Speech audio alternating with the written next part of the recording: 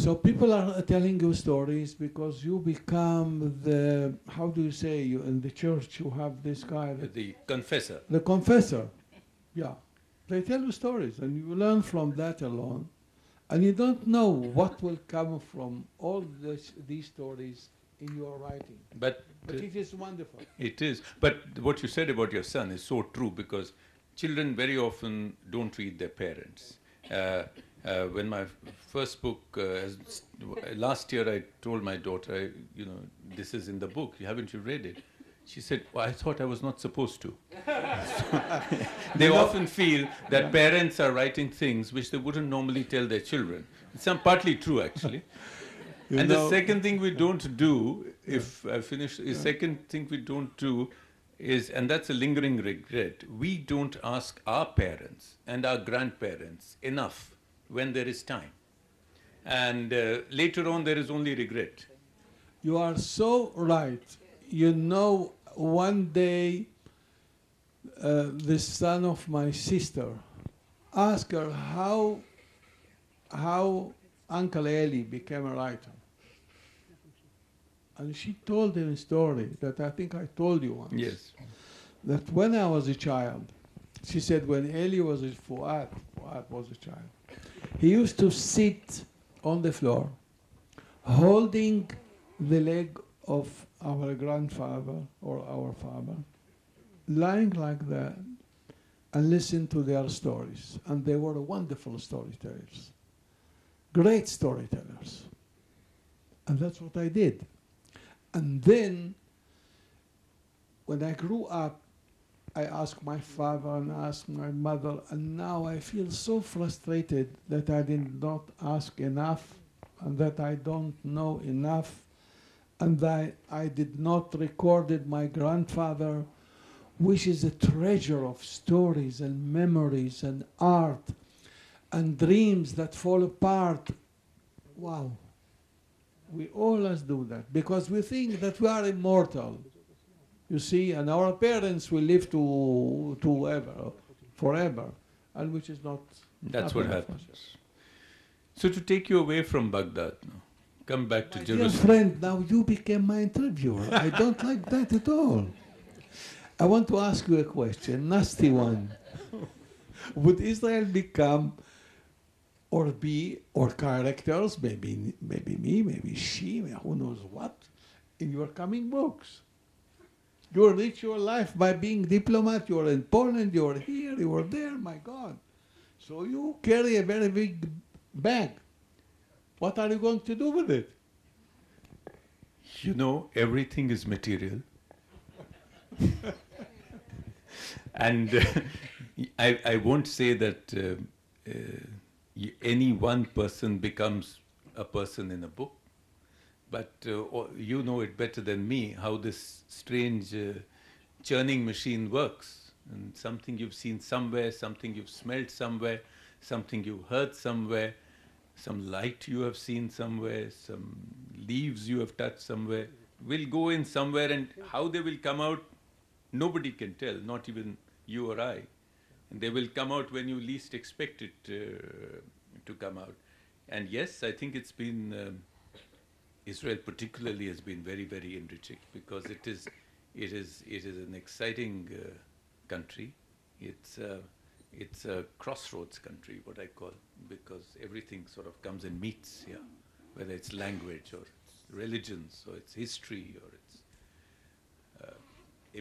migrations.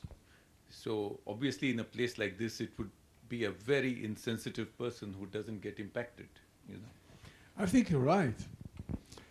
You're absolutely right. The stories here, people here writing like crazy in this country. Not only writers, but people writing memoirs and their stories.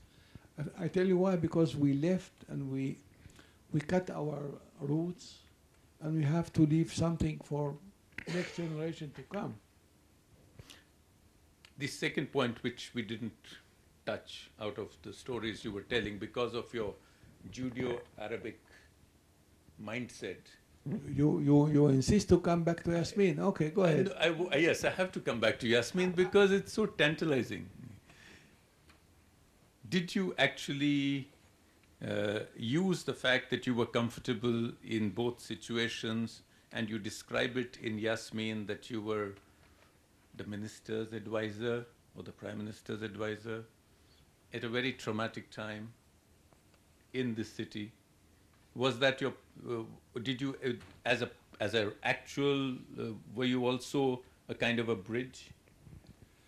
Well, you know, we, the Jews who came from Muslim countries, stupid people that we thought that we might become a bridge between Arabs and between Jews, forget that, because there is no bridge between Ashkenazim or Western people and Arabs and Jews who came from there, who considered as Jewish Arabs.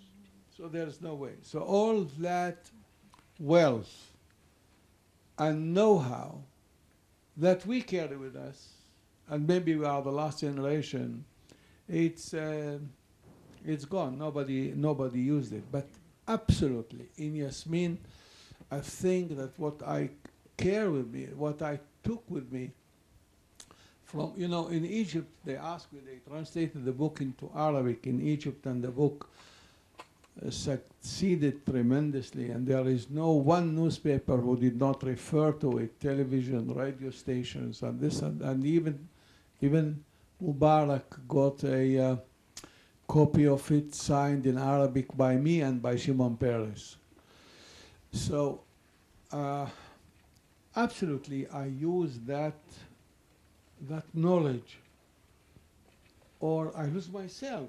I have a leg in the east and leg in the west, so I exercise the leg that I have, or half part of me, in the east. And I think the common culture, the common language, the ability to understand each other without doing any efforts, that played a great part in the story of Yasmin, with all characters from Arab city, and especially with Yasmin and her father and her mother.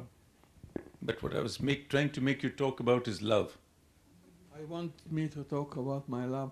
That will take some 4, 5, 6 hours. Who knows what? So No, the love in Yasmin. the love in Yasmin. Well, let me tell the readers who haven't read the book. There is a young Jewish Israeli bureaucrat of Baghdadi origin in East Jerusalem in '67 who falls in love with a Palestinian Christian girl. Was it all invented? You know, I was offered $1 million in order to reveal the real name of Yasmin, and especially where does she live. They want to interview her, and I did not do that, so I'm not, with all due respect, I'm not going now to reveal. I keep trying. Yeah. Well, let me ask you something. Two enemies, and they started. He did not hate her. He didn't see her as an enemy at the first meeting on. Maybe because he was the conqueror. He was the high official man. And maybe because of his nature. She was a member of the PLO. And she came poisoned against Israelis. She was a refugee from West Jerusalem. She lived here in Talbiya before the war. So she had so many reasons to hate Israelis.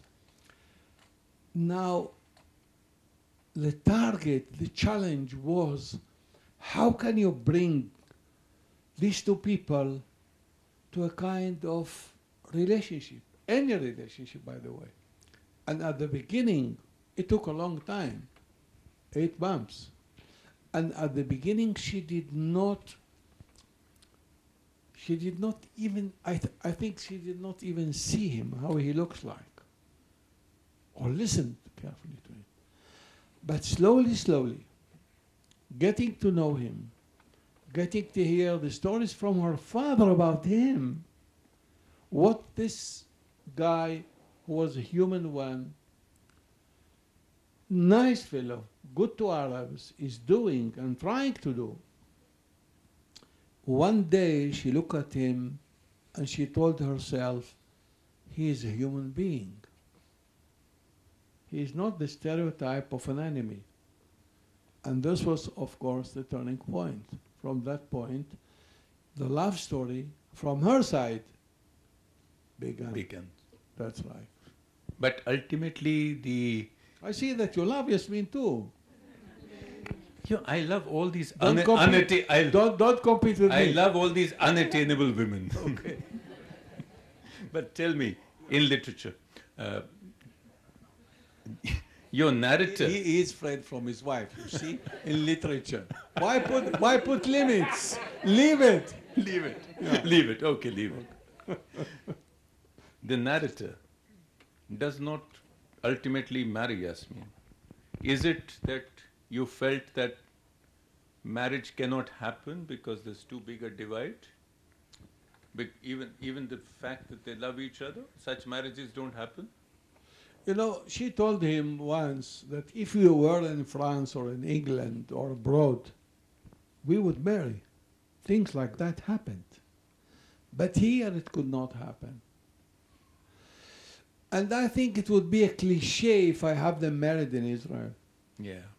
And besides that, in a way, if I may, it's a kind of a symbol to our dispute with Arabs. That there is an enormous obstacle